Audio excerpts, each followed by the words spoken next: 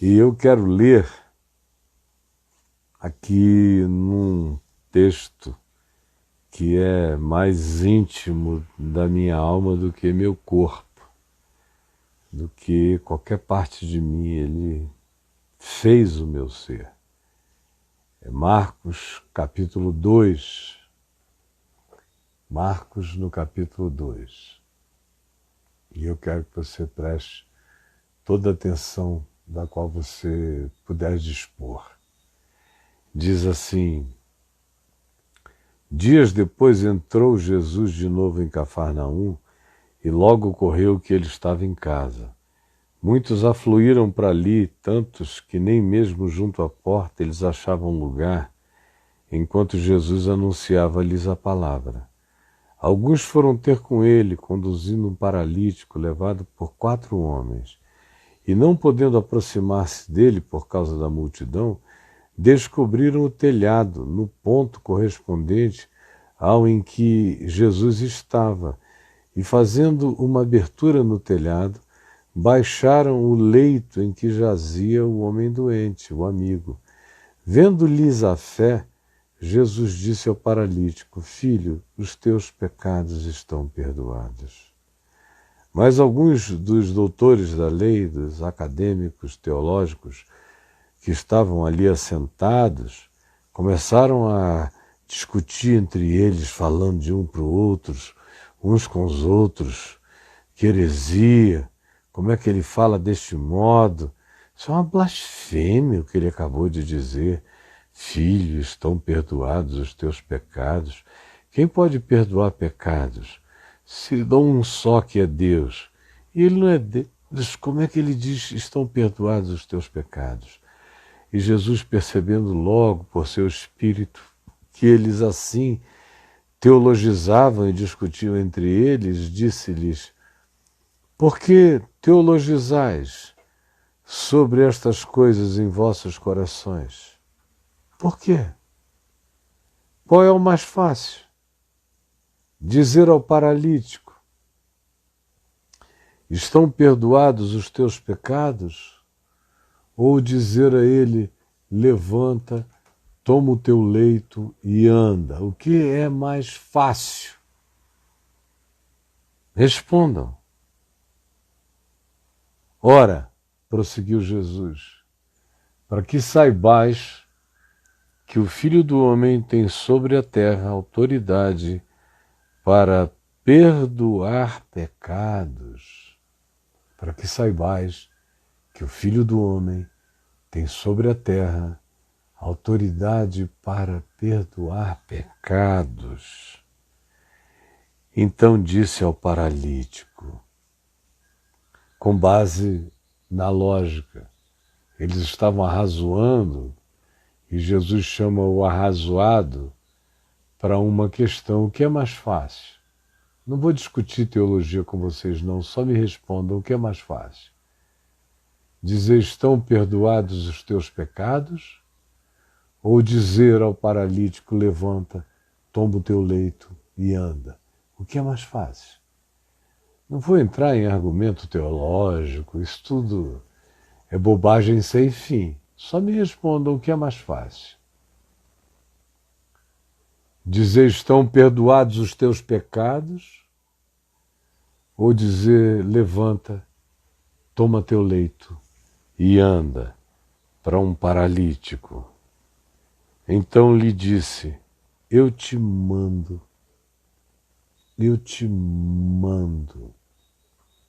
Isso vem do poder do mando, da autoridade, da força, absolutamente conclusiva.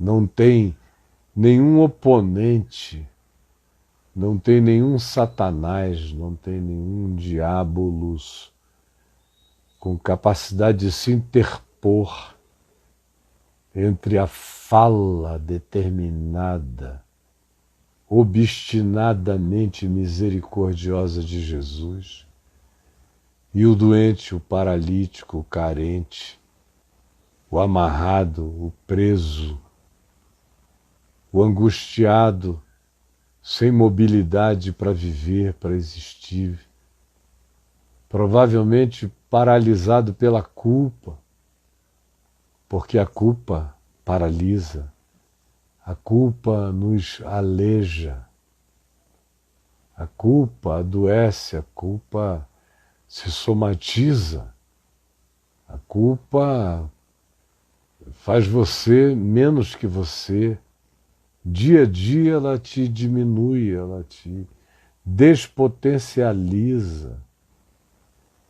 A culpa corta membros, a culpa produz toda sorte de impotência, de murchamento. No caso aqui desse homem, ele entrou num estado de, provavelmente, perda gradativa da musculatura, foi atingido na sua dimensão nervosa, e a paralisia dele era muito provavelmente fruto de muita culpa acumulada. A culpa vai se acumulando e produz efeitos impensáveis na vida e na alma do ser humano. Tem pessoas que, por causa da culpa, sofrem tudo que você não pode imaginar. A culpa gera câncer. Não estou dizendo que todo câncer decorre de culpa. Não é esse o caso. Isso é obscurantismo.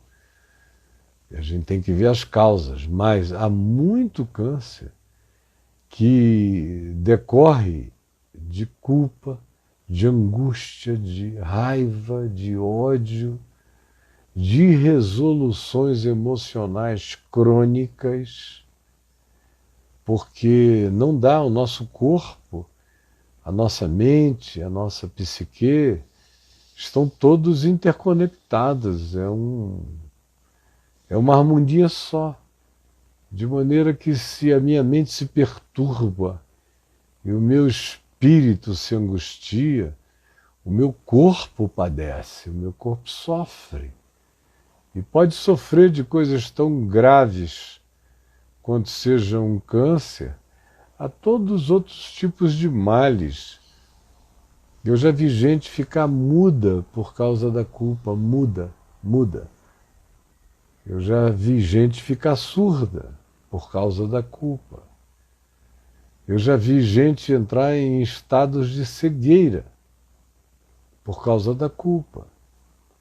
Tem gente que fica paralítica, se paralisa, se proíbe de andar, de viver, de se mover, por causa daquela angústia culposa histérica que a culpa pode trazer, paralisando o indivíduo. A culpa é poderosa. A culpa faz com que o indivíduo inteligente reduza as suas capacidades cognitivas.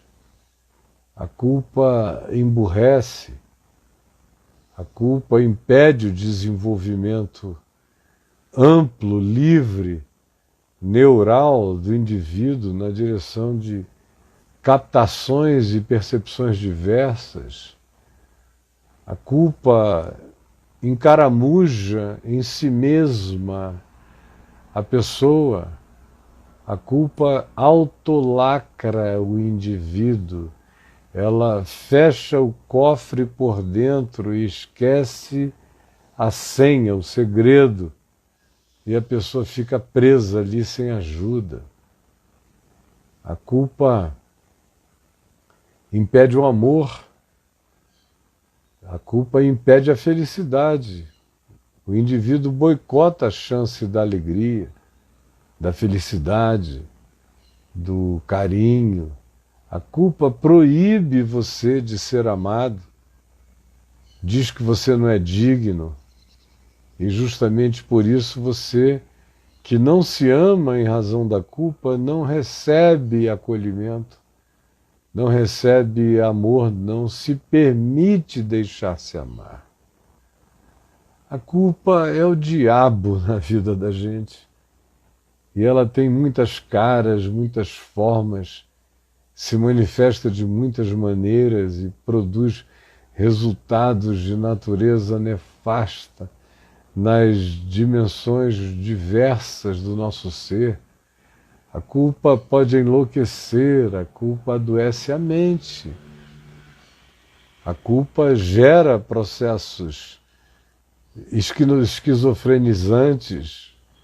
A culpa é a mãe da paranoia.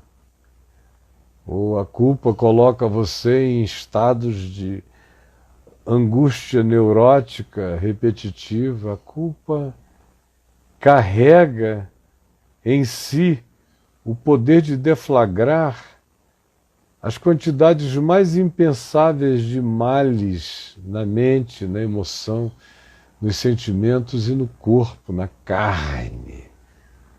E aí Jesus diz: eu te mando. Ao homem que estava ali, ao paralítico, eu te mando. Eu te mando. E o que ele manda? Levanta-te, toma o teu leito e vai para a tua casa. É lindo. Então o homem se levantou e no mesmo instante, tomando o leito, retirou-se à vista de todos, inclusive dos amigos que o tinham levado lá, os 4 amigos. Levantou-se, tomou o leito à vista de todos. E aqui se diz, a ponto de se admirarem e darem glória a Deus, dizendo: que é isso? Nós jamais vimos qualquer coisa dessa natureza, nós jamais vimos qualquer coisa assim, por causa do fenômeno dessa culpa. Eu estou aqui meio preso. Minha gente querida. E eu queria conversar com você sobre isso. Tem gente aqui comigo que vem vivendo num estado de culpa há muitos anos. Muitos anos de culpa. E vão de médico em médico, buscam ajudas, mas não encontram nunca o apaziguamento definitivo para o coração. E as doenças, sequelas, sintomas, manifestações, expressões diversas do poder culposo vão tomando conta dessas pessoas e vão fazendo um mal enorme. E tem um detalhe: os remédios não curam, eles aliviam só o poder sintomático do que a culpa gera. A culpa é a causa. As somatizações, ou os desequilíbrios, ou os transtornos mentais são apenas o efeito disso aí. E aí você pode se medicar para o efeito, para o sintoma. E pode se entupir de todos os remédios que você queira, e pode fazer todos os tratamentos superficiais que lidem com os sintomas e nunca chegar na causa. Nunca. Até mesmo na psicoterapia. Eu vejo pessoas que procuram até bons psicoterapeutas e ficam girando em torno do pelourinho da sua agonia psíquica, contando tragédias da vida aqui, ali, acolá, atribuem ao pai, à mãe, a inveja de um irmão, a um trauma escolar, a um bullying que sofreram, e vão encontrando supostas razões que expliquem a desagregação da pessoa, a morte de tantas competências que se transformaram em impotências no indivíduo, mas nunca chegam lá. Nunca chegam lá. E todas as linhas psicológicas, as melhores que existam, te ajudam a fazer diagnósticos muito interessantes de muita coisa, mas raramente ou praticamente de modo impensável e impossível, elas te conduzem até aquele momento de profundo arrependimento, onde você reconhece a sua culpa, e mais difícil ainda é concluírem dizendo que os seus pecados estão perdoados. Mais difícil ainda, porque continua a ser blasfêmia. É blasfêmia religiosa. Você veja que até a Igreja Católica, que tem o mecanismo do confessionário, onde você confessa os seus pecados, o vigário oculto do lado de dentro nunca te diz, por efeito da mera, pura e simples compaixão: meu filho, minha filha, estão perdoados os teus pecados. Levanta, pega a tua tralha toda, vai para casa e volta a viver. Não. Eles têm que recomendar muitas Ave Marias, muitos Pais Nossos, muitos ritos, muitas penitências, para que você receba o perdão dos pecados depois de pagas as penitências. Fora da Igreja Católica, por exemplo, pensando no ambiente do cristianismo, na Igreja Reformada, por exemplo, ninguém tem coragem de chegar para uma pessoa toda entrevada, ter a coragem do diagnóstico que conclui que o entrevamento daquele indivíduo decorre de uma acumulação enorme de culpas, de angústias, de pecados não perdoados, não resolvidos, e não tem a coragem de, em fazendo o diagnóstico, dizer: filho, filha, estão perdoados os teus pecados. A Igreja Pentecostal nem se fala. Ela vai dizer que foi demônio e vai tentar resolver o problema da sua culpa moral, ética, de consciência, da sua dor decorrente da transgressão e do pecado, transferindo a culpa para alguma pombagira, para algum demônio, para algum encosto, para algum ente dessa natureza, e não resolvem o problema, porque não é o diabo que tem que ser curado para você ficar bom, não é o diabo que tem que levar a culpa para você ser libertado. Isso só acontece, essa cura e essa libertação, se o agente da autopercepção, se o sujeito da autopercepção sobre o pecado, a culpa, for você mesmo. E se for algo que, em sendo identificado em você, receba a declaração de que os seus pecados estão perdoados.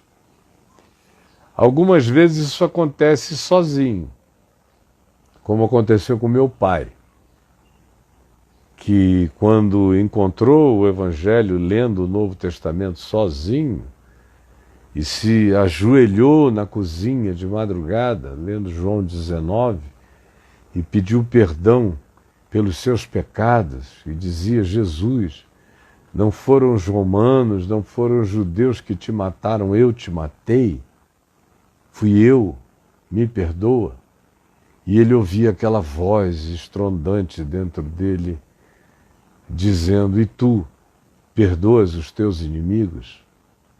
Até que ele se levantou, escreveu uma carta para cada um dos inimigos, dizendo: aquele que disse eu sou o caminho, a verdade e a vida, me ordena vir hoje aqui à tua presença e te pedir perdão por todos os males que eu possa te ter feito, e a declarar que tu estás perdoado de todos os males que tu me fizeste. E aí o coração dele entrou num estado absoluto de pacificação. Dali para frente, Parecia que ele já nem mais tocava no chão. Ele virou um ser flutuante pelo perdão de Deus todos os outros dias da sua vida até partir para a eternidade. Isso acontece assim com alguns, mas o indivíduo tem que ter muita coragem em fé, tem que ter muita apropriação de uma fé com caráter, de um caráter com fé, e o entendimento de que a fala pessoal e particular com Jesus nele é tudo e é o bastante para que todos os pecados sejam perdoados. A maioria das pessoas, a grande esmagadora maioria, não toma posse dos seus pecados assim, na solitude do quarto, na quietude do próprio coração, sob uma convicção profunda de arrependimento e uma capacidade em fé de se apropriar da promessa de Deus como palavra perdoadora, sem nenhuma intervenção humana, sem nenhuma mediação humana. A maioria precisa de um agente humano.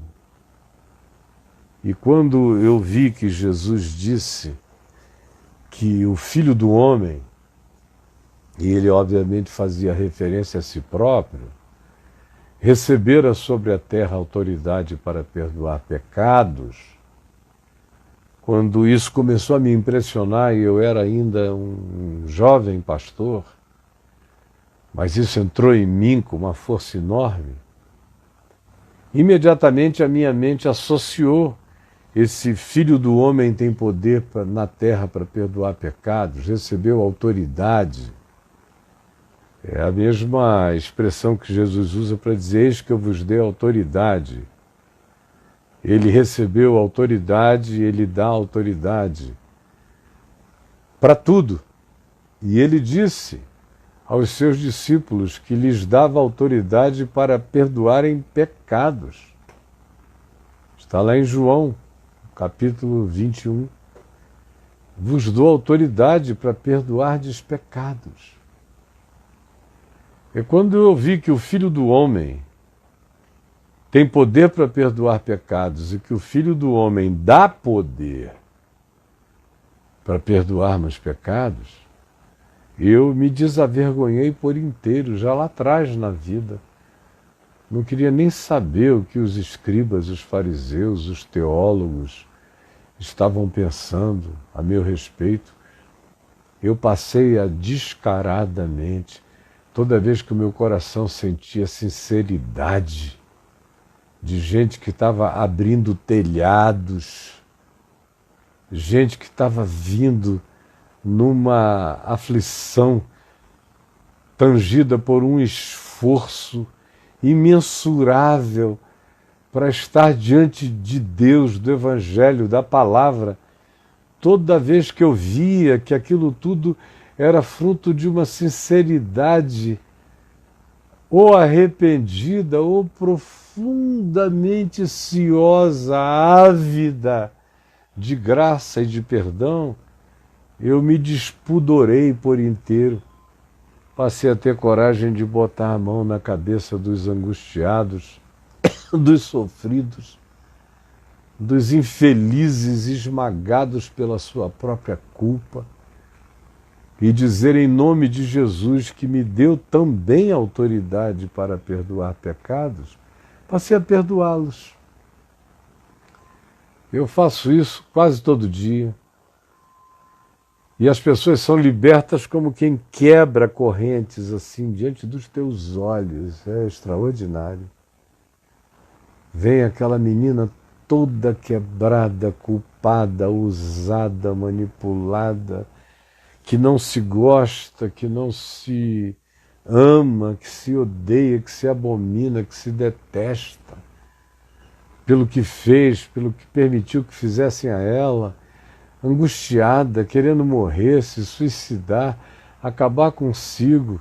Vem a mim e eu vejo aquelas lágrimas quentes, aquela angústia desfigurante, às vezes na vida e no rosto de gente tão bela, que se desfigura de agonia dolorida. Eu não tenho nenhum pudor de botar a mão na cabeça e dizer: minha filha, você está arrependida, os teus pecados estão todos perdoados. O Senhor, como disse Natã, o profeta a Davi, também já perdoou os teus pecados. Estão perdoados. Eu já fiz isso com tanta gente. Com aqueles indivíduos imperdoáveis, que se a esposa soubesse o que ele tinha feito, nunca o perdoaria, nem os filhos. Nem justiça humana nenhuma.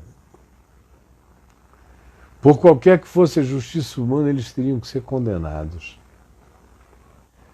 Mas uma é a justiça dos homens, aonde aquele que cometeu seus próprios pecados é crucificado por eles, como aconteceu com os que estavam ao lado de Jesus. Nós estamos pagando o que os nossos atos merecem.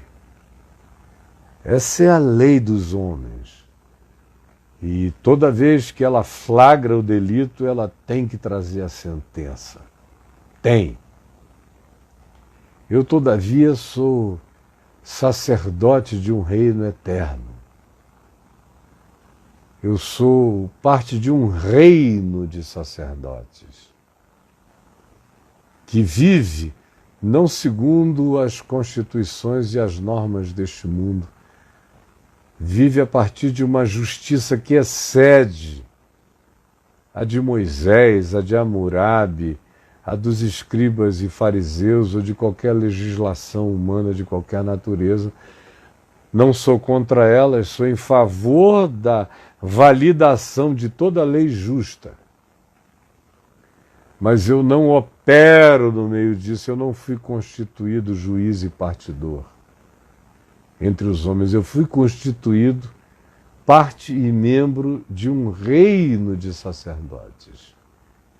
Reino onde o que opera é a graça. Onde frequentemente você perdoa alguém e diz: apresente-se às autoridades para receber o que lhe seja a sentença compatível. Mas ele já vai se apresentar perdoado. Porque no Evangelho está claro. Na cruz, isso fica tão claro, a distinção entre essas convergências. A lei da cruz horizontal e a lei da graça na verticalidade salvadora. O homem é morto pelos pecados que ele cometeu e se arrepende, repreende o outro e lhe diz: tu nem ao menos temes a Deus, estando sob igual sentença. Nós, na verdade, com justiça, porque estamos pagando o que os nossos atos merecem, mas esse nem o mal fez e acrescentou: Jesus, lembra-te de mim quando tu vieres no teu reino. Ao que Jesus lhe respondeu, sem nada além da resposta: hoje mesmo tu estarás comigo no paraíso. É o encontro de duas dimensões. E eu represento, eu não sou juiz do mundo, não quero ser de nada. Eu represento essa ordem sacerdotal universal que cobre todos os homens em todos os lugares, que é essa ordem sacerdotal de Jesus, que foi feito sumo sacerdote segundo uma ordem transreligiosa, transmoral, translegal, uma ordem que está acima do templo, está acima de Moisés, está acima de todas as legislações. É o que diz a carta aos Hebreus. Eu sou sacerdote dessa ordem. Estou sob o único sumo sacerdote, que é Cristo, e que me deu autoridade na terra. para como um filho do homem, discípulo do Filho do Homem, perdoar pecados. E eu faço isso desavergonhada e despundoradamente toda vez que o meu coração recebe esse constrangimento quebrantado ao verificar a dor arrependida, doída, sofrida do meu próximo. Eu não tenho nenhuma dificuldade em lhe olhar nos olhos e dizer: meu filho, minha filha, acabou. O tempo da tua milícia é findo, o tempo da tua agonia cessou. Estão perdoados os teus pecados. Agora levanta, toma o teu leito, vai para a tua casa, vai viver outra vez, volta para a existência, andando com as próprias pernas.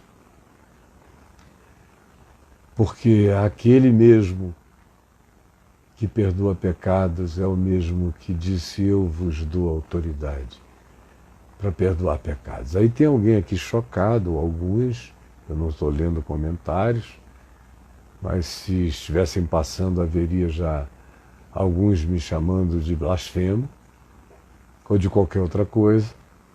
Mas eu lhes digo que nada é mais lógico do ponto de vista da lógica do Evangelho do que exercer esse sacerdócio do perdão dos pecados, do meu próximo igual a mim, por causa da autoridade daquele que já levou o pecado de todos, os meus e o de todos os homens na cruz, e que ressuscitou e ressuscitado me disse: eis que eu te dou autoridade para perdoar pecados.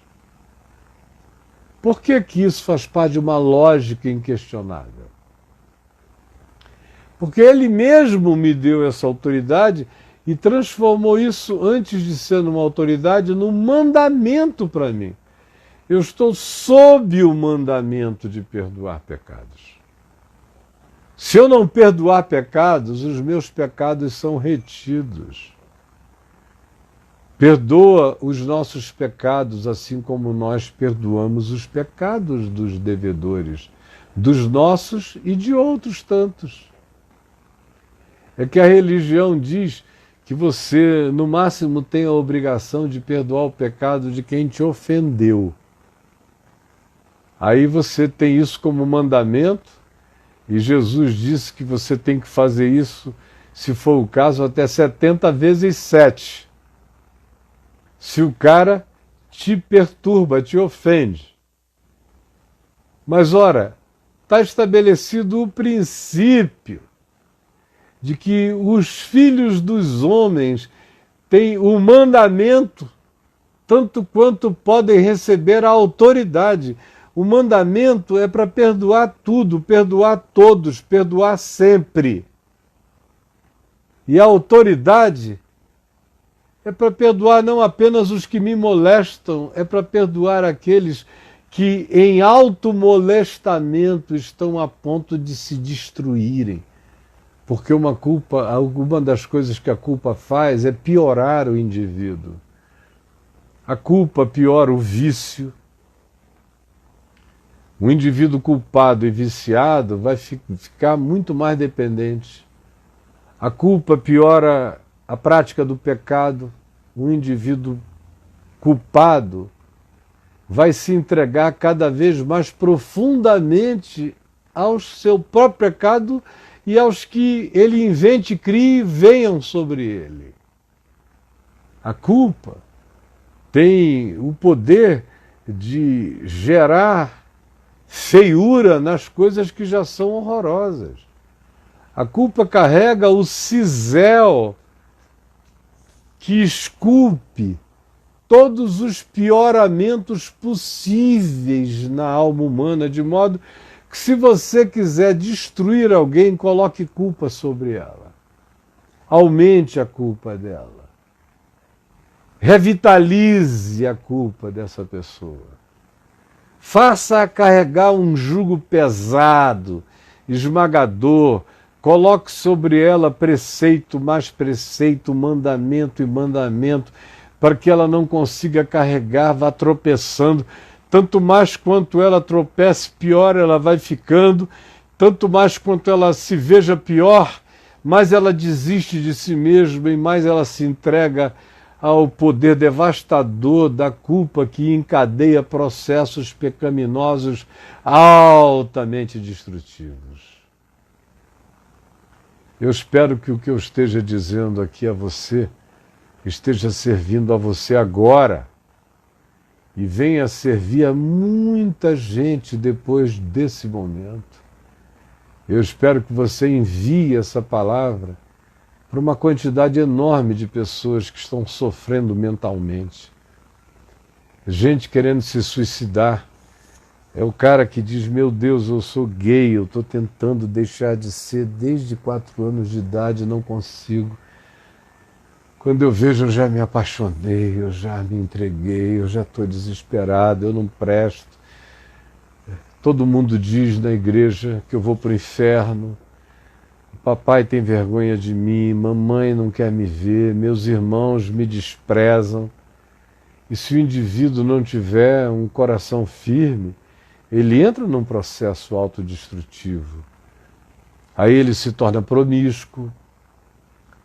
Se ele tinha um problema, ou o que ele chamava de um problema com a homossexualidade, se assim era a designação, o alcunhamento da dificuldade dele era essa, ele agora, além disso, passa a ser isso entregue à promiscuidade, porque ele vai se piorando, não tem como a culpa melhorar ninguém.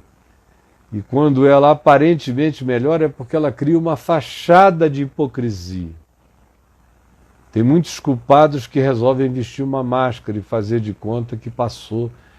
Mas se a culpa não for perdoada, se não se disser a ele com sinceridade, porque ele esteja arrependido, filho, estão perdoados os seus pecados, isso só vai aumentar, crescer, crescer, crescer, e pode vir a destruí-lo. Vocês vejam a quantidade enorme de gente se suicidando entre nós por causa da culpa, ou as depressões que decorreram de culpa, ou os pânicos que decorrem de um sentimento de orfandade, que por seu turno é um subproduto de uma autopercepção culpada.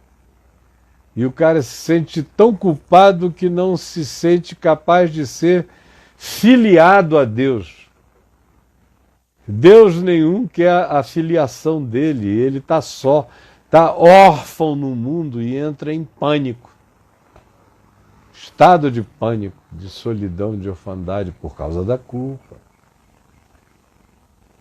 Ah, meu Deus, eu fico vendo uma quantidade enorme de doenças, as de natureza psicológica, os transtornos, os desequilíbrios, boa parte deles gerados pela culpa e pela acusação, pela inadequação culposa, muitas vezes provocada pela religião. E vejo também a legião de somatizações, de doenças de todos os tipos que vão se agravando com a culpa. Eu não estou dizendo que enfermidades psicológicas ou orgânicas, que todas elas são fruto de culpa ou de qualquer desalinhamento de natureza espiritual, moral, psicológica, mas estou dizendo que uma quantidade enorme o é. E que você precisava pensar nisso seriamente em relação a tratar-se a si mesmo. Se você quiser conversar comigo sobre isso hoje nós não teremos um convidado aqui para a live. Hoje somos só eu e o Braulio. Então você pode escrever para braulio.napolis aqui mesmo, no Instagram, levando a sua questão, sua pergunta, sua angústia, para a gente conversar. Tá bom?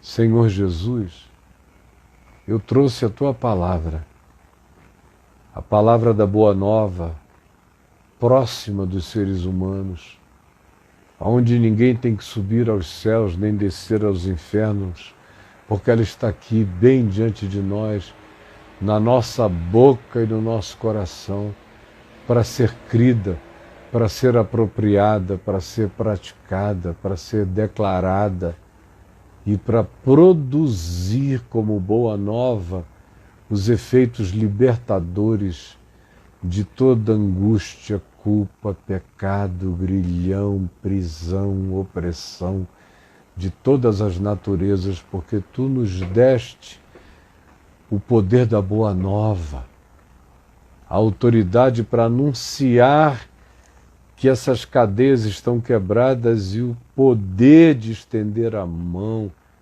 e dizer: estão perdoados os teus pecados em nome de Jesus.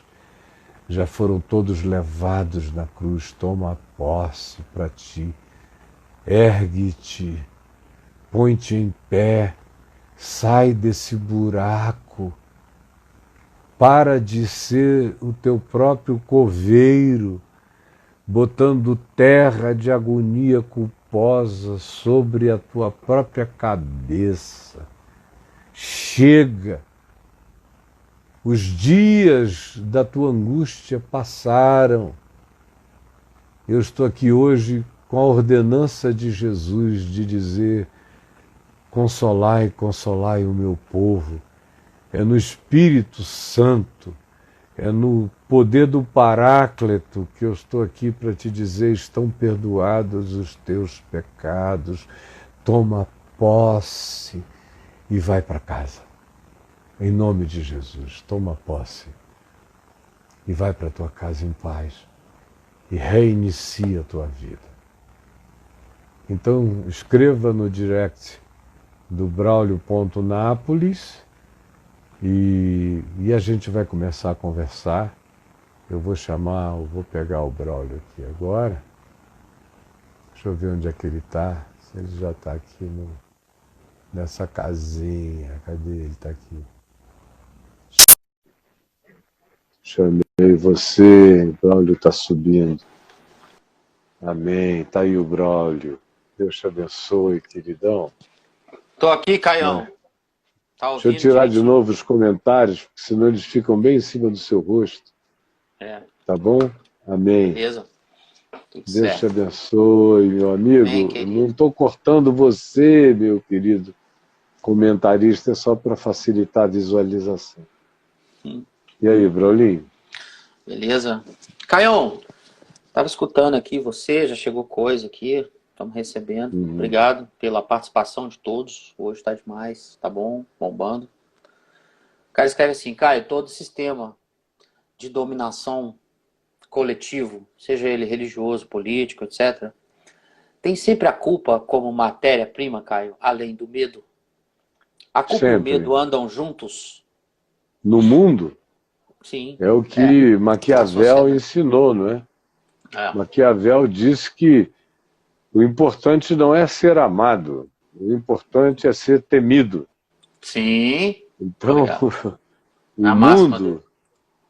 o mundo, nas suas filosofias ideológicas, políticas e religiosas, não querem a conquista que vem do amor, da paz, do apaziguamento, do coração feito sereno.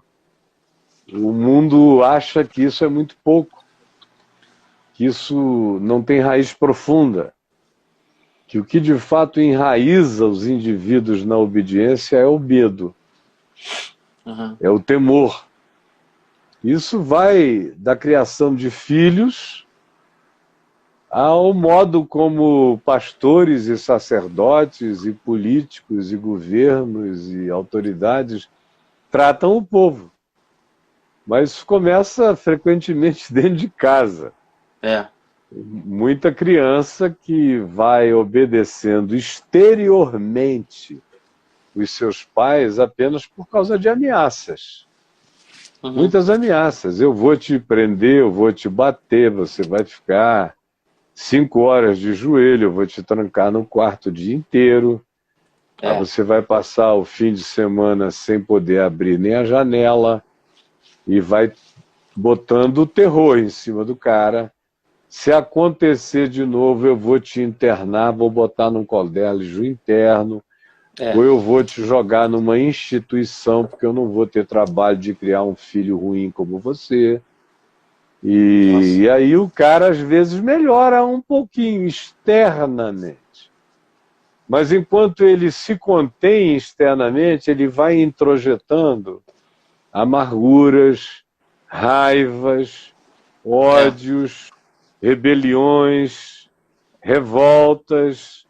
E na primeira oportunidade que ele tem, aí ele explode isso tudo. Aí os pais ficam assustados, especialmente os pais os pais crentes, que tocam um terror danado. Tem muito menino crescendo e menina crescendo o seguinte: olha, gay vai para o inferno. Aqui em casa a gente não tem nenhuma história de gay. Seu avô, nem seus tios, nem ninguém era gay. Não. Então não inventa essa moda aqui.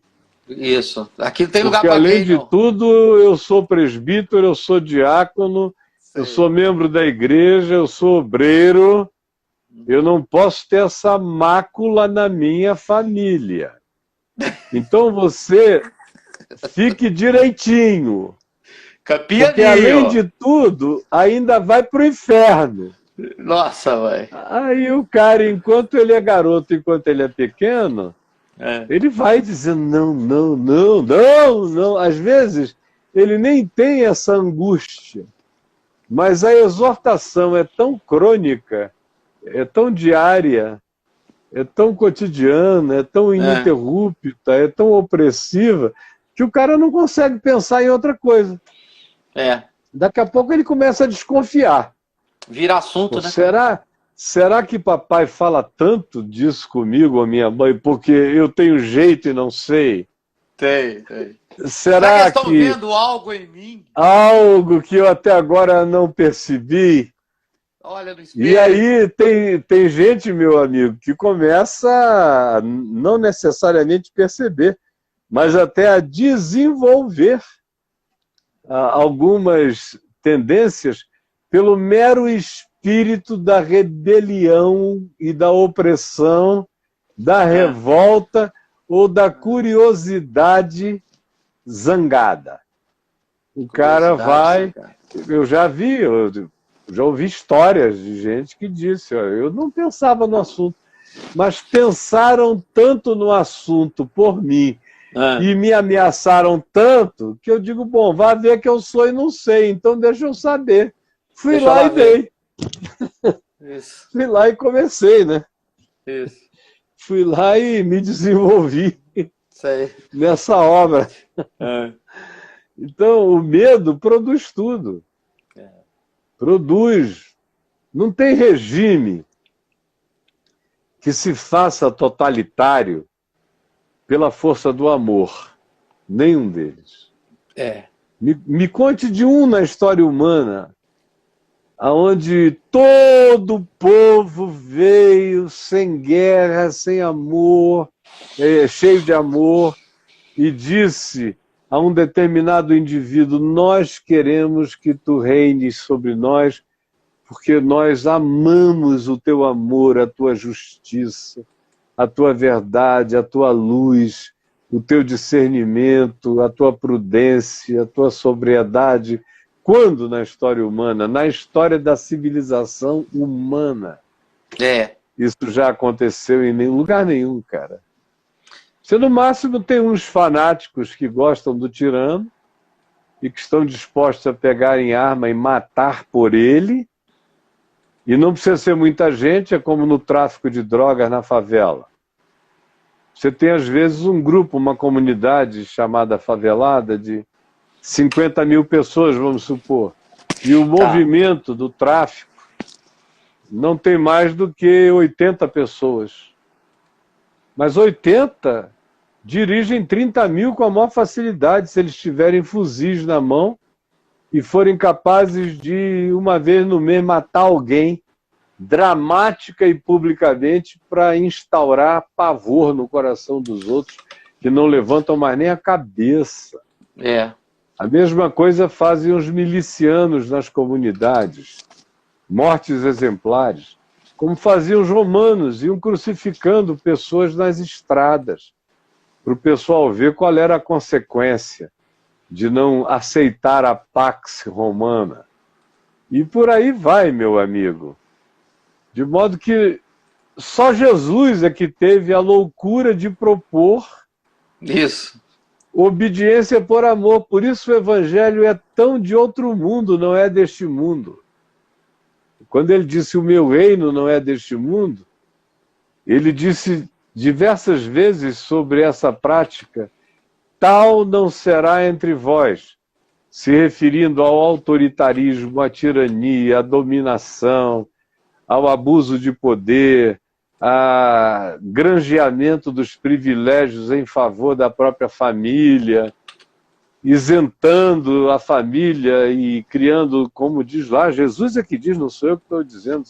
Ele diz que os reis da terra são assim, os governadores da terra, os presidentes do mundo, trabalham com essas categorias de isenção, de proteção aos familiares, de abolição de taxa, de privilégios superiores e medo para o povo. Se você não obedecer, você será punido. Ele disse, entre vós, falando aos discípulos, não será assim. Infelizmente, a continuidade dos discípulos desobedeceu a Jesus e na igreja é assim. É no medo. O inferno é o maior agente de propulsão de obediência hipócrita que se coloca no traseiro dos crentes. O cara não entendeu, não compreendeu, não creu, o mandamento não fez sentido, não foi explicado, nem precisa ser. Se você diz, por que que é assim? Eles dizem, porque é assim, e você já está mostrando sinais ruins. Cuidado! Esse seu questionamento já veio do diabo. E você vai ser punido. Então, no mundo, meu amigo, não existe fórmula para levar pessoas à obediência se não for a motivação financeira da ganância. Se você fizer tudo o que eu mandar, você vai ganhar muito bem. Se não for isso, tem que ser medo, tem que ser terror, tem que ser pavor, tem que ser punição, porque o amor não é o bastante. Jesus estava fadado à derrota, ao fracasso. Como Nietzsche disse no Anticristo, ele no livro dele, o Anticristo, ele repete essa frase em outros lugares. Eu li muitos livros do Nietzsche, a maioria deles estão misturados na minha cabeça, eles são muito parecidos, quase todos. Mas ele diz que o Evangelho morreu na cruz. O Nietzsche, o Evangelho morreu na cruz. Porque para ele, o único cara que realmente viveu o Evangelho foi Jesus.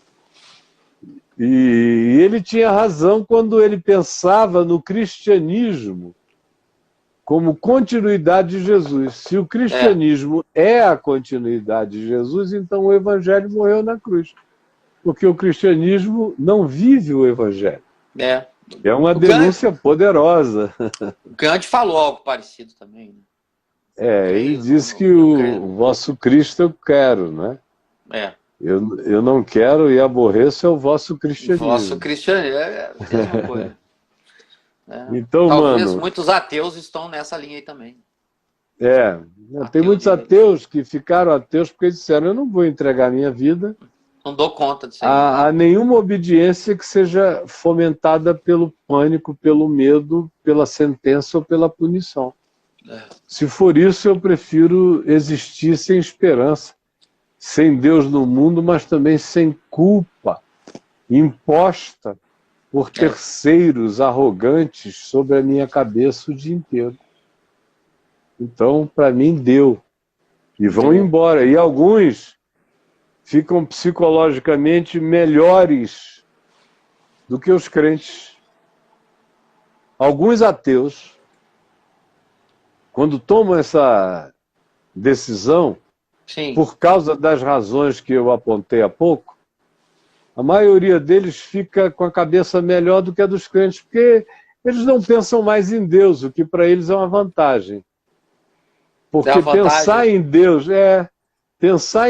para eles, a partir do cristianismo, a partir da religião, é pensar em punição, em zanga, em ira, em ódio, em perseguição celestial, na mão pesada de Deus, o tempo todo sobre eles, é pensar em diabo tendo permissão para te ferir, para pintar o 7 na tua vida, para deitar e rolar contra a tua existência. Aí o cara que aboliu essa mentira, aboliu essa perversidade da mente no pacotão, quando Deus era o combo dessa miséria toda. Sim. E o cara joga tudo isso fora e vai se dedicar ao estudo, à ciência. Às vezes até, como ele tem uma fascinação tão grande por Deus, mas não o Deus da religião, que é insuportável, ele se torna um grande ambientalista. Eu conheço ambientalistas que se dedicaram ao cuidado do meio ambiente por ser a coisa mais próxima que eles tinham do Criador, que era a criação. Que eles já não chamavam mais de fruto do Criador, mas de um acontecimento sublime, divino, que é o ecossistema com toda a sua engrenagem divina e perfeita. Então, deixa eu cuidar do meio ambiente. Deus, eu não quero pensar, não. Eu já tive amigos que me diziam que eram ateus, e quase todos eles se tornaram ateus por causa de traumas religiosos. O padre que queria pegar o cara, levantar a batina e pedir para o menino brincar de olho de sogra. Olho de sogra. Não tem aquele negocinho que você sopra? Como é o nome daquilo? Língua de sogra. Língua de sogra. Olho de sogra é o docinho. É o docinho, não a língua de sogra. Língua de sogra é aquele que você... O cara levantava a batina assim e mandava a garotada soprar na língua de sogra dele. Aí o cara falou, eu não, fiquei ateu. Se aquilo ali é o representante de Deus, Deus não existe. Botou na conta do padre. Né? Ou então, ó, me pega porque eu sinto uma coceira aqui atrás, que pinto adolescente é o que me sara. Meu Jesus Vai, Cristo. por favor, e faz essa massagem por generosidade. Aí o cara, ó, foi embora. Bom, eu posso até gostar de fazer isso, mas não em nome de Deus, né? Porque aí não. Né? Em nome de Deus, para mim não está dando. Eu não quero isso. Se for para fazer, eu faço em meu próprio nome. Mas não porque alguém, em nome de Deus, exerceu essa autoridade sobre mim. Aí o cara decidiu ficar ateu. Vários deles. E aí, quando eles puxavam assunto sobre Deus comigo, eu sempre dizia, não estou afim de falar de Deus com você, não. Sempre digo. Aí o cara diz, mas por quê? Você não crê em Deus? Eu digo, eu creio, mas é que o Deus que eu conheço, você não tem a menor ideia de quem seja. E do caráter dele, de quem ele é. Então, quando você fala Deus, você está falando de uma coisa que, para mim, equivale a diabo. Então, você diz que odeia a Deus, e eu vou ter que dizer para você, eu também. Porque o teu Deus é absolutamente abominável. Agora, no dia que você quiser saber quem é Deus para mim, eu te conto. Mas enquanto o assunto for sobre o Deus genérico, eu não estou afim de conversar contigo não, porque só vai gerar confusão. Eu vou estar usando semanticamente uma expressão, um termo, uma nomenclatura que não corresponde ao conteúdo daquilo que eu creio, e que o que eu creio é diametralmente oposto ao que você imagina que Deus seja, então acabou aqui o papo. Agora, se um dia você quiser saber o que eu penso sobre quem é Deus e como Deus se relaciona com os seres humanos, me será um prazer te explicar. Mas o resto, Braulio, é medo, é pavor, é pânico. Eu estou aqui fazendo o Zoom íntimo com o Caio toda tarde, né? Sim, claro. Você participou da primeira semana Primeira e da semana. segunda? Da primeira só. Primeira e segunda. Aí o Davi entrou.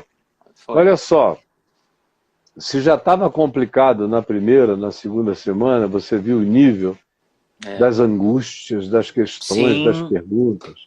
Sim. De lá para cá, meu irmão, você não tem ideia. Imagina. Não tem ideia. Parece assim que abriram a porta do hospício. Meu Deus. Do hospício eclesiástico. Todo mundo de igreja nasceu em igreja, cresceu em igreja, filho de pastor, filha de pastor, o avô pastor, molestado pelo avô, molestado por não sei quem. É uma loucura, é uma confusão, é medo, é pânico, é diabo, é inferno o dia inteiro. É gente que é acompanhada pelo diabo o dia inteiro e que mentalmente adoece, ficam dodóis por completo. No nível, às vezes, em que a psiquiatria já não pode ajudar, a psicoterapia já não consegue fazer nada, porque a gente que já está naquela condição de opressão mental e de formatação mental, naquele estado de angústia, amedrontada, com o inferno sendo carregado na mente, que o indivíduo não concebe mais a ideia de viver sem tormento. É uma coisa impressionante. Já sedimentou, né, Caio? Já. E quando sedimenta o afeto nesse sentido, o negócio é difícil. E, infelizmente, a maioria das pessoas está vindo desses ambientes. De modo que, além da pobreza, da miséria, do coronavírus, de tudo isso, tem um monte de gente com crescentes doenças mentais. Nossa. Se expandindo no nível para o qual a psicologia não consegue tocar nem na superfície. A psicologia tradicional. Sim. Ela não tem nem como entender a linguagem dilemática do cliente. Porque ela nunca esteve lá dentro para saber o que acontece com o cara quando ele fica debaixo daquele espírito. É um negócio muito violento. O Freud gostaria de trocar de lugar e sentar aqui na minha cadeira para ele ouvir as coisas mais bizarras que ele nunca ouviu na vida. Com certeza. Que ele nunca ouviu na vida. Talvez Freud... Porque ele não teve o nível de exposição à doença mental de natureza religiosa e com um forte agravamento emocional pentecostal que eu tenho todo dia há 50 anos, praticamente, de exposição. Aí, o que eu cheiro assim, já sei o que é, o especialista leva meses, anos e às vezes não descobre a profundidade do pânico daquele indivíduo. Porque ele não vive na Terra, essa pessoa. Ele vive amarrado em cadeias já no próprio medo, angústia e sentença do inferno. Enquanto frequenta igreja, dá dízimo, bate palma, apavorado e com medo que Deus tenha censurado algum pensamento dele e vá se vingar dele na próxima esquina. É um negócio muito ruim, que já acontece há muitos anos, mas quando Karl Marx disse que a religião era o ópio do povo, ele estava falando de uma coisa genérica, ou seja, que a religião anestesiava o povo, para o povo não perceber o grande drama e angústia de natureza política, social e econômica e não se revoltar contra as dominações perversas provocando a revolução do proletariado. Era o que ele estava dizendo. Eu não estou falando disso. Eu estou falando de doença mental individual mesmo, enraizada com espigão, lá no fundo do ser, com metástase para todos os lados. É dramático o que está acontecendo. Tem gente que acha que eu exagero só porque não está daqui, do lado de cá, ouvindo, e nem ouve os próprios filhos. Porque uma coisa extraordinária é a quantidade de filhos e de netos que procuram você contando o que os avós e os pais conseguiram fazer de estrago e de loucura na cabeça deles. Caio. Mas e aí, Braulinho? Eu estou aqui prestando bastante atenção no que você está falando. Eu estou vendo que a você psicologia, a psicologia ela não consegue entrar nessa... Não estou fazendo crítica, né? Porque tem tanta gente aí, não, colega, ela é útil. sensacional. Poxa, é maravilhoso. Ela é muito útil. Mas as loucuras que aparecem na nossa psique em nome de Deus é complicado, porque como é que você vai lidar com isso? Eu sou um cara que eu faço tratamento terapêutico, porque a gente tem que se tratar, né?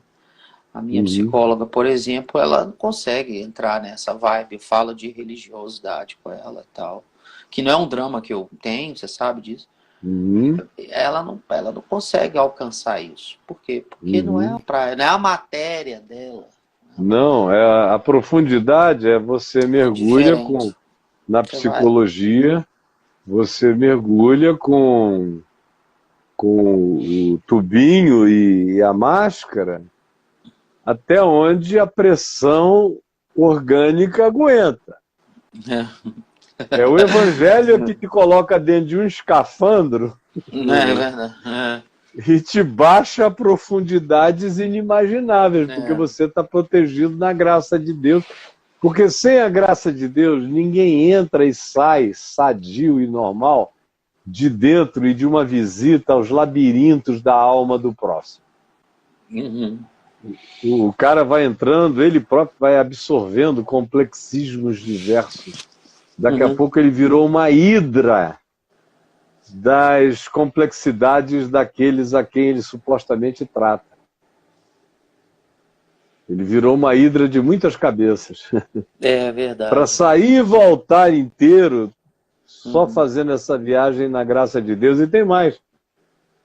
Para chegar lá no fim e dizer, agora, deixa eu te falar, meu filho, estão perdoados os teus pecados. Meu Deus do céu. Aí, cara, é blasfêmia para os escribas, para os fariseus e para os analistas e para os psicólogos e para os coaches e para todo mundo.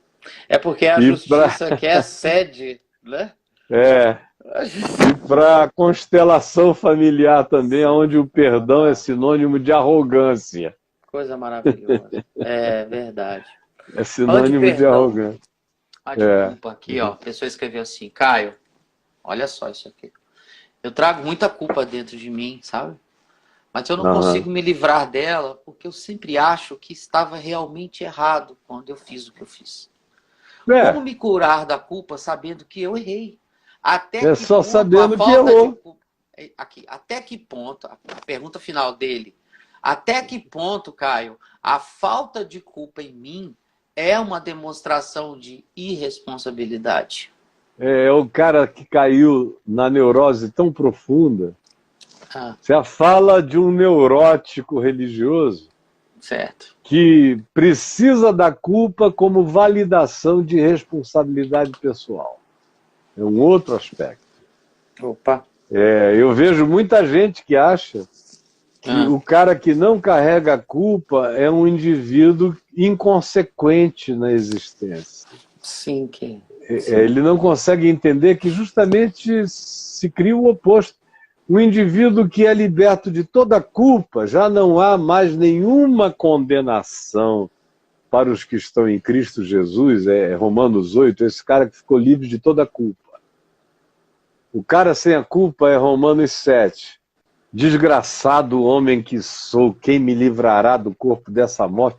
Que é uma pergunta suicida, né? Um cara que não aguenta mais habitar o próprio corpo, não aguenta mais as próprias contradições, não aguenta mais as pulsões do mamífero, do ente hormonal, do tesão, da disputa, da competição, do Homo sapiens retardado na animalidade predatória. Então, Paulo diz: quem me livrará do corpo dessa morte? Eu quero fazer o bem com a minha cabeça, mas tem um mal que me habita, tem uma pulsão que toda hora me trai. Esse nosso amigo aí, ele só vive nesse ponto da vida, na angústia do cara não perdoado, que não se perdoou. E ele creu e concluiu de que existir com essa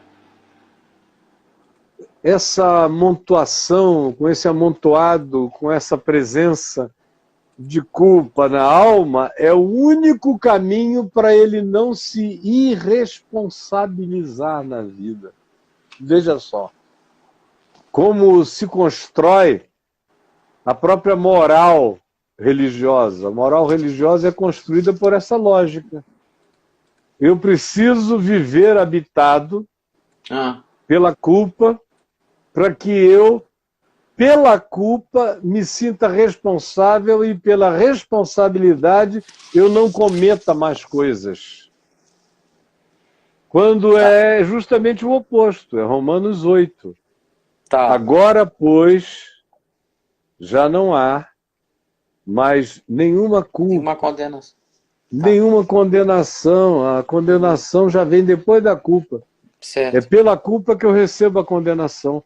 Já não há mais nenhuma culpa, portanto, já não há mais nenhuma condenação para os que estão em Cristo Jesus, porque a lei do Espírito da vida, a lei do perdão, a lei do está consumado, a lei da graça, a lei do estão perdoados os teus pecados, meu filho. Está tudo pago. Essa lei do Espírito da vida te livrou da lei do pecado e da morte. E é por causa disso que eu posso agora desenvolver uma nova inclinação na direção do que é bom. Porque, como eu disse antes, quanto mais culpa, mais pecado. Quanto mais certeza de perdão, mais santidade. E mais inclinação para a responsabilidade, que é fruto do amor. Mais inclinação para a responsabilidade, que é fruto do amor. Você veja que o que ele falou ainda é daquela responsabilidade provocada pelo espírito do mundo, que é fundada em medo, pânico, ameaça e tudo mais. Ele ainda está lá. Ele não virou a página, ele não entrou no Evangelho, ele não entrou na graça, ele não entendeu ainda que é justamente o perdão absoluto de Deus em Cristo Jesus que me põe o pé no chão da santidade, da pureza, da limpeza, da leveza, do amor. Porque as pessoas também não entenderam que o amor, tanto mais quanto cresça dentro de mim, menos me seduz para o pecado. O amor erótico, o desejo erótico é que me põe em pulsões desejosas, lascivas e consumidoras de carne, faz de mim um canibal sexual e tal. Mas, ou de qualquer outro nível de carnalidade, que não é só sexo. Mas o amor não. O amor paralisa as guerras. O amor depõe as armas. O amor diz: não, eu não tenho energia para esse tipo de combate. O amor desiste dessa canseira de viver para seduzir. O amor não aguenta ter dois mundos.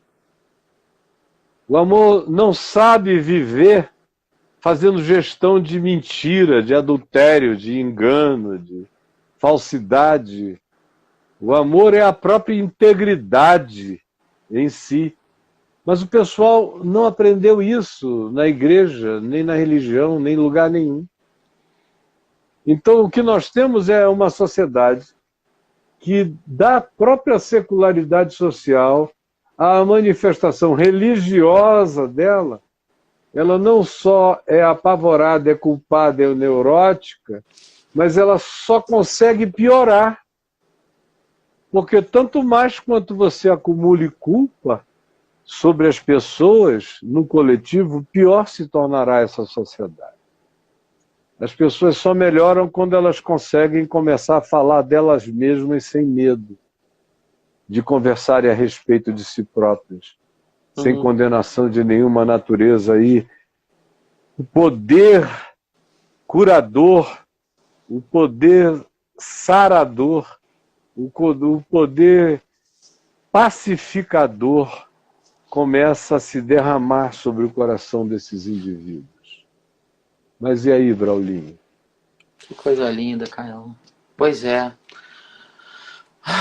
Uma amiga, ela fala assim: Caião, a culpa por não ter conseguido amar o meu marido está me matando.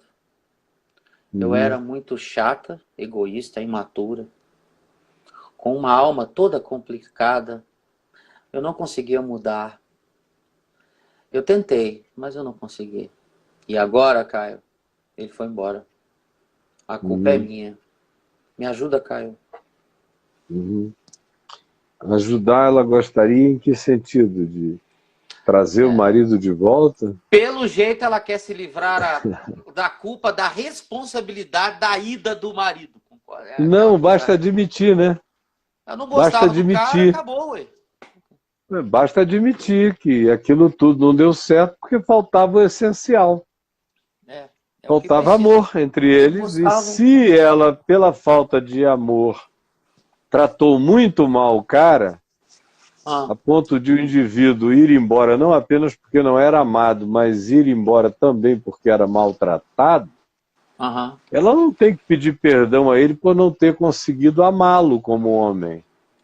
Ninguém tem que pedir perdão a ninguém sobre isso.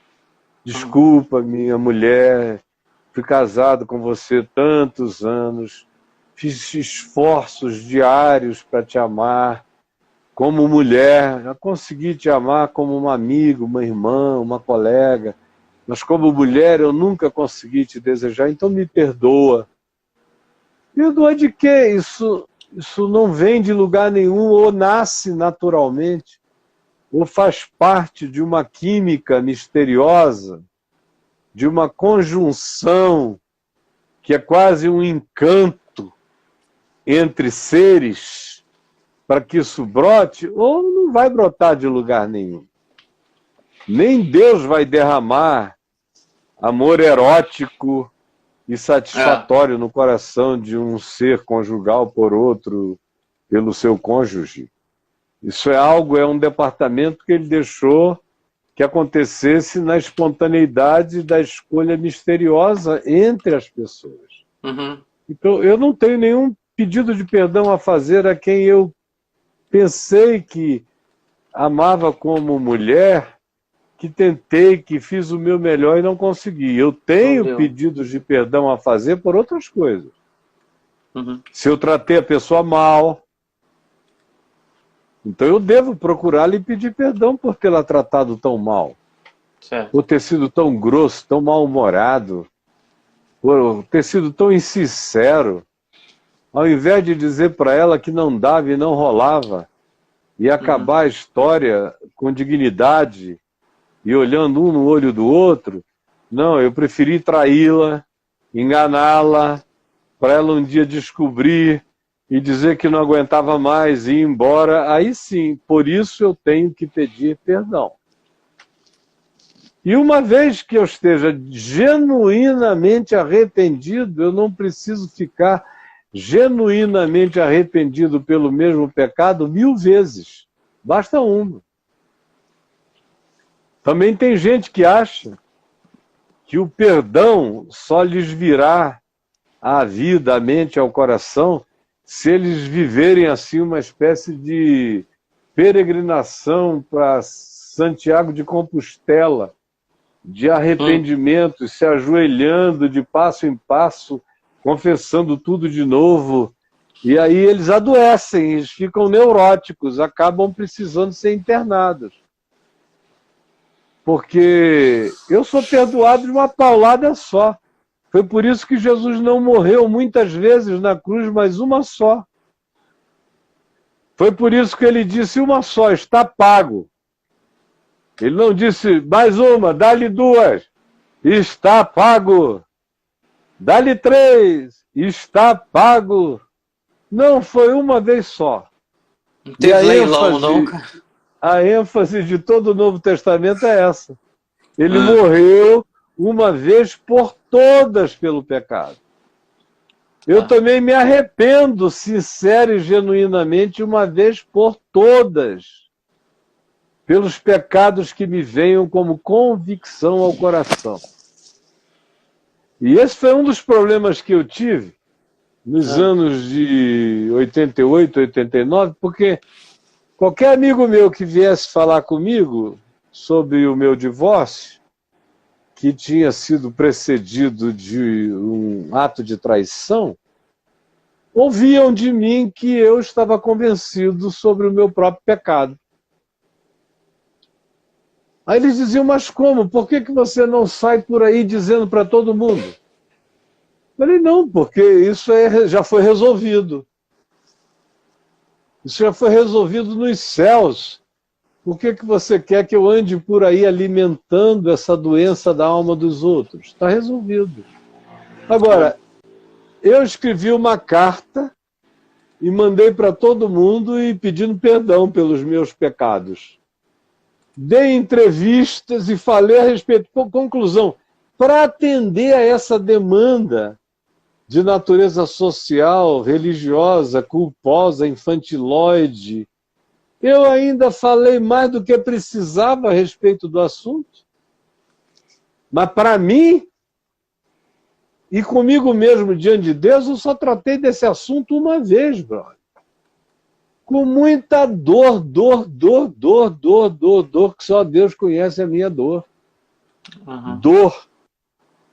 Você ir para o meio do mar, do Caribe, na costa da Flórida, parar o barquinho, amarrar uma corda aqui no seu braço, ali é cheio de tubarão, e você lá em alto mar se jogar e ficar boiando, fazendo as confissões, chorando mais do que o mar, com uma agonia indizível, mas conhecendo aquele que diz, Caio, estão perdoados os teus pecados.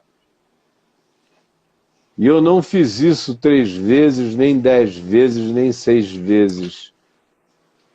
Eu saí, subi a escada do barco, entrei, chorando, sabendo que o caminho era longo, o caminho de reconstituição, de reconstrução, de restauração de vínculos, de relacionamentos, que alguns seriam possíveis, que eventualmente outros seriam impossíveis, porque algumas pessoas talvez não quisessem nunca mais o convívio íntimo que comigo tiveram. Tudo isso eu tinha consciência. Agora, se o diabo aparecesse no barco, meu amigo, eu botava ele para fora no cacete, porque ele sabia que ele estava falando com um homem perdoado e lavado no sangue de Jesus. Como uma vez um garoto que eu praticamente criei na fé, chegou na minha casa com 18 anos, era um surfista, e se converteu comigo, eu batizei, fiz tudo na vida dele, ele vivia lá, eu dava livros, discipulava, ele não perdia uma pregação minha em nenhum lugar, o levei para viajar, fui tentando fazer dele uma espécie de filho da continuidade do meu ministério. Tinha muito carinho por ele. Ninguém entendia por que eu dava tanta oportunidade a ele, por que eu o indicava para tanta coisa. O meu coração se afeiçoou mesmo dele. E não foi pouco tempo, foram 18 anos disso. Levei para os Estados Unidos, o apresentei aos meus amigos que podiam dar uma bolsa de estudos a ele, para ele aprender inglês, para ele isso. Ele vivia e dizia para mim, olha, toda semana ele me encontrava, ele várias vezes na semana, mas uma vez na semana, Ele dizia, olha, pastor Caio, você é meu pai, pastor Caio. Se eu sei falar alguma coisa hoje foi porque eu aprendi contigo. Se eu sei pensar alguma coisa foi porque você me ensinou a pensar. Se eu aprendi a ler, a entender, a discernir, foi porque você foi o meu mestre. Toda semana ele me dizia isso. Eu dizia, não precisa não, fulano, isso é exagero, para. Não, vamos só viver. Você não é meu aluno, eu sou apenas um irmão bem mais velho que te trata com muito carinho, porque eu quero ver você dar muito certo no Evangelho e na vida.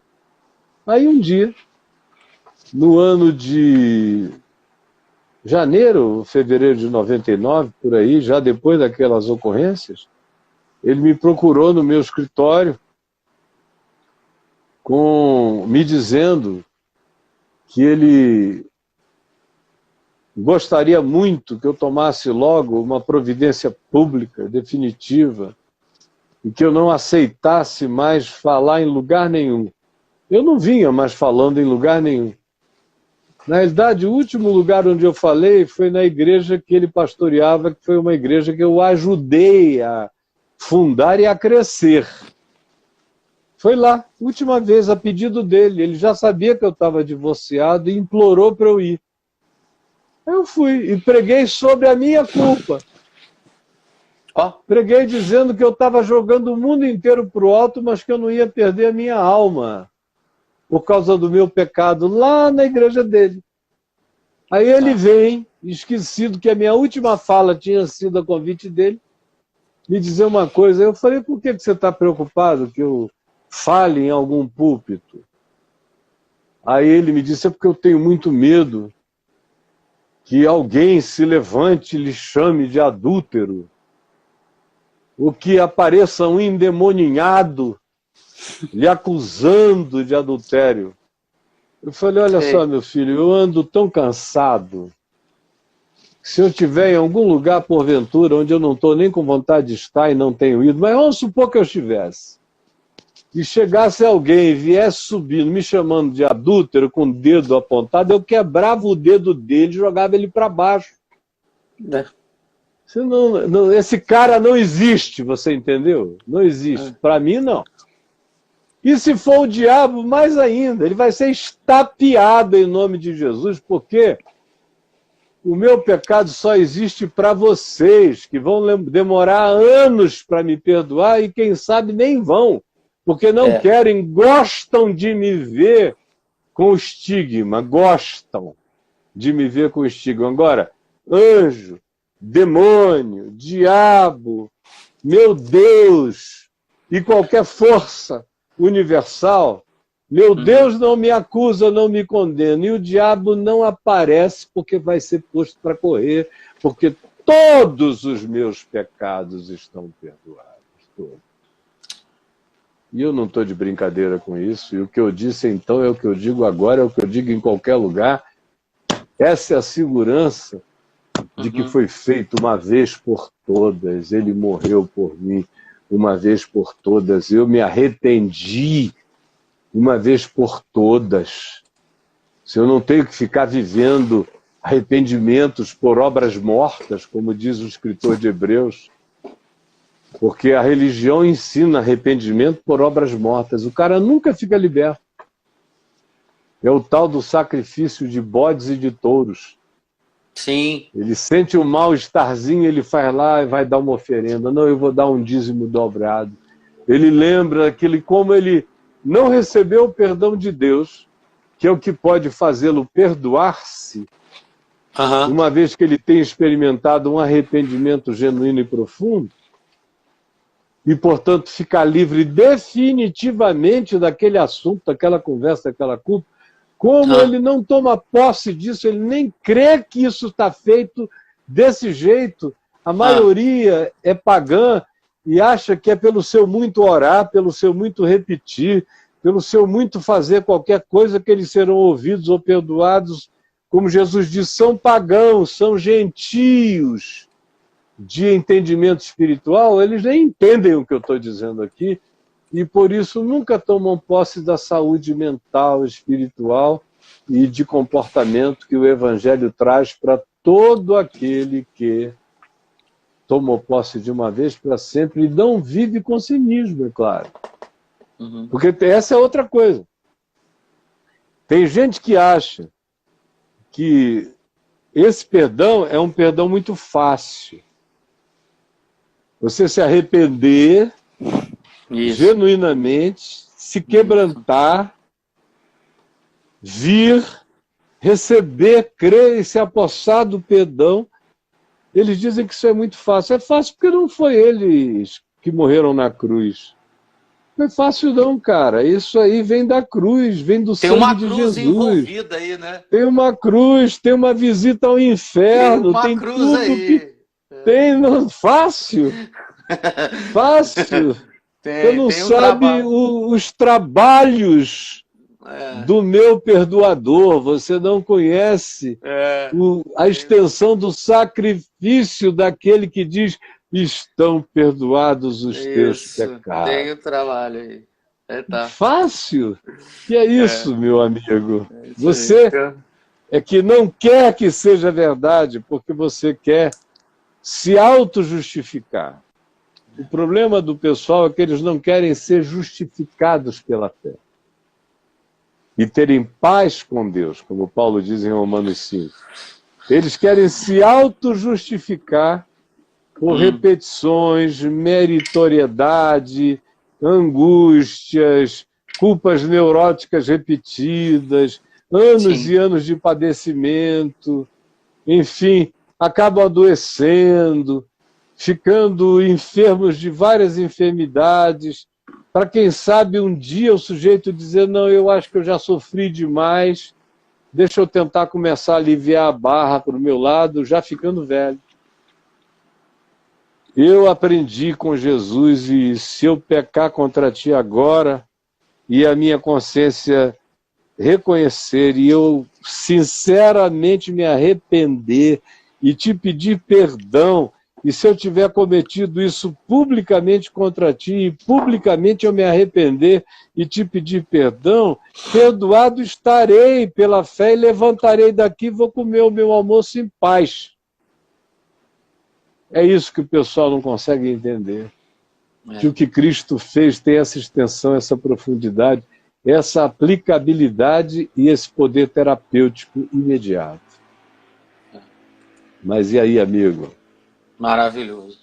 É isso a aí. gente já está aí quase 12:45, brother. É isso aí, querido. Vira esse computador rapidinho. Vamos lá. Vou pedir para vocês, amigos, não irem embora. Vira rápido o computador e mostra como é que você pode fazer para ajudar a Vem Ver TV, porque a Vem Ver TV, eu estou aqui no Instagram.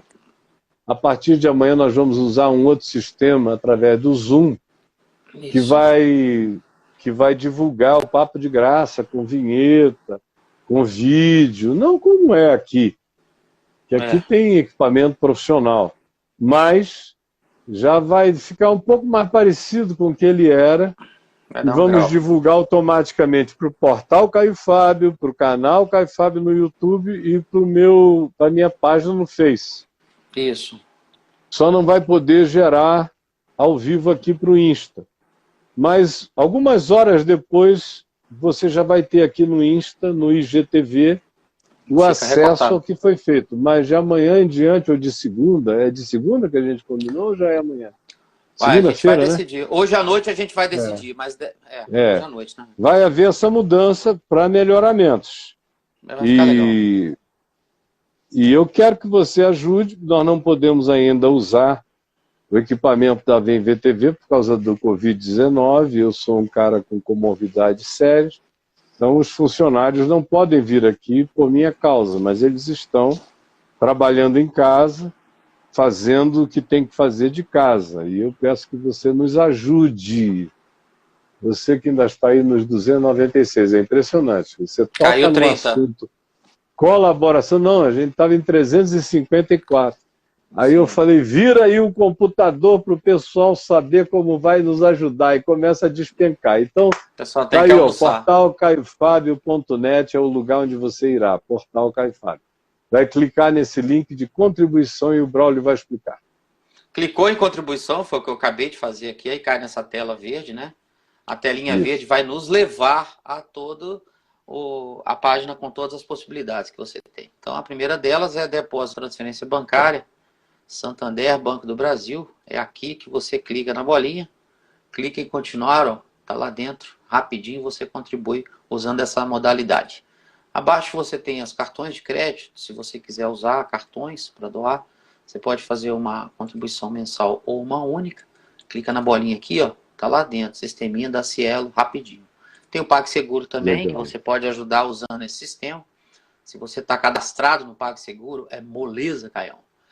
Abaixo do PagSeguro você tem o PayPal, que é igual ao PagSeguro, só que o PayPal é internacional. Então, quem não mora no Brasil tem que usar este recurso Esse aqui. aí, vocês que Clicou, estão fora do Brasil, ajudem-nos. então, clicou na bolinha aqui, ó, clicou em continuar, ó, tá lá dentro do PayPal rapidinho. Cai no 3 ambiente. minutos. Cai no ambiente, Cai no Caião, 3 ambiente. minutos, beleza? Ontem, eu espero que você faça isso agora e nos ajude de verdade. Claro. Não tem apelo por apelo, nenhum cinismo. É você que me conhece, me conhece. Agora, ontem o Adailton veio aqui falar acerca de um outro modo como você pode se ajudar nessa pandemia, um monte de gente sem fonte de recurso nenhuma. E ele vem ensinar como você pode se ajudar a ganhar uma graninha boa nesse tempo de desemprego e de entrada nenhuma de recursos. É isso aí. E como isso, em sendo feito por você sem perigo, porque se nada der certo, você recebe tudo que você botou no tempo que você queira, ou no máximo até um ano depois, então você não corre riscos, mas isso também ajuda a gente. A Gratos, que é a empresa que faz isso, de mídia digital, paga para ver em VTV um recurso que pode ser muito útil e é proporcional à participação daqueles nossos amigos que dão uma entrada lá para ver. O Braulio vai mostrar como é que é, onde está. Está aí no portal caifá.net, está aqui no Instagram, está no Facebook, está divulgado em todo lugar. Caião, mas você tem aí. E aí, Bruno? Eu vou pegar o celular aqui e mostrar. Pessoal que não viu a explicação do Adailton, ela está disponibilizada aqui. Eu estou aqui no portal de novo, né? caifá.net. Tem aqui tá em todo a lugar. tela. Aí você tem aqui, ó, clicou aqui em Gratos, tá vendo? Finalmente a cura para o medo do desemprego, franquia digital. Aí você clica aqui nessa janela e vai aparecer aqui o ambiente da Gratos, certo? Nesse ambiente, E a que é onde você vai seguir. Cara, pedagógica do Adailton. Aqui, fantástica a explicação. Adailton deu uma aula pra gente de marketing digital ontem, foi fantástico. Em 5 minutos disse tudo. Disse tudo. Então, assim, o que você quiser saber sobre a Gratos, é só clicar aqui nesse vídeo e assistir, você vai se amarrar. É bem legal. Por favor. Tá então, e aí, quem sabe, vai ser bom para você. E se for bom para você, vai ser bom para nós também. Claro, a Gratos ajuda muito a ver em VTV, né, Caião? Eu estou orgulhoso de vocês. Desde que eu falei, por favor, não vá embora, ouça, veja. Todo mundo ficou ali. Muito obrigado. Segurou a onda. Ficou, e até amanhã. Amanhã é sexta, não é? Quem vai estar comigo aqui amanhã, na live, hoje a gente não teve live, amanhã a gente vai ter uma live com o meu querido amigo Carlos Alberto Júnior. Carlos Alberto Bezerra Júnior, ele é filho do meu amigo queridíssimo, que eu conheci na casa do reverendo Antônio Elias em 1975, o Beto, Carlos Alberto Quadros, e está aí o Beto filho, o Beto Júnior, e a esposa dele, a Sueli, na casa do reverendo Antônio Elias em 75. Depois ficamos amigos, eu me hospedei muitas vezes na casa deles, comi dezenas de almoços e churrascos, fui recebido com um amor enorme. Quando eu conheci a família, o Carlos Alberto, que é deputado já há alguns anos e é uma figura respeitável, todo mundo que o conhece sabe que ele é um cara do bem, ele é um desses cristãos na política. Ele não é um político cristão, ele é um cristão na política. Ele não está lá fazendo politicagem cristã, nem politicagem evangélica. Ele só é um cristão inserido nesse ambiente, e ele e a esposa, e prestando grandes serviços. Ele é uma pessoa muito legal, mas eu não estou fazendo propaganda política dele, não. Estou falando da pessoa dele. Claro. A pessoa dele me é muito preciosa há muitos anos. Então, eu não vou conversar com o político, eu vou conversar com o meu irmão que eu vi crescer. Quando eu cheguei na vida da família dele, Legal. ele devia ter, eu não me lembro, mas devia ter uns 11, 12 anos. No máximo. Eu o vi crescer, vi os braços dele ficarem longos, os joelhos grossos na adolescência. Eu o vi esticar. E ele sempre foi a mesma pessoa, com o mesmo caráter, com a mesma simpatia, com a mesma alegria. Então amanhã eu convido você para estar aqui na minha conversa com o Beto Júnior. Vai ser um grande prazer para mim, tá bom? Beleza. Braulio, bom almoço. Obrigado. Deus te abençoe. Também. Beijo. Paz do Senhor. Hoje a internet não deu pau. Você viu? Graças Só a Deus. Só as curiosidades da nossa vida. Amanhã vamos ver como é que vai ser. Vamos tentar fazer amanhã. Vamos ver se a gente consegue, tá bom? Hoje a gente tem um teste do novo sistema. 9h30 da noite a gente vai fazer um teste. Isso. E a Vamos gente ver como é que funciona, tá bom? Vamos ver se a gente faz. Beijos. Gente querida, Tchau. Aqui tem 214, é a nação dos 214. É isso aí, que não desistiram nunca. Não tem a nação dos 314? Sim, uma coisa Caio. assim? Acho que sim. Então aqui está a nação dos 216. Tem, você falou é porque tem. Beijo, beijo, beijo, beijo. A paz do Senhor Jesus. Bye, bye, planeta Terra.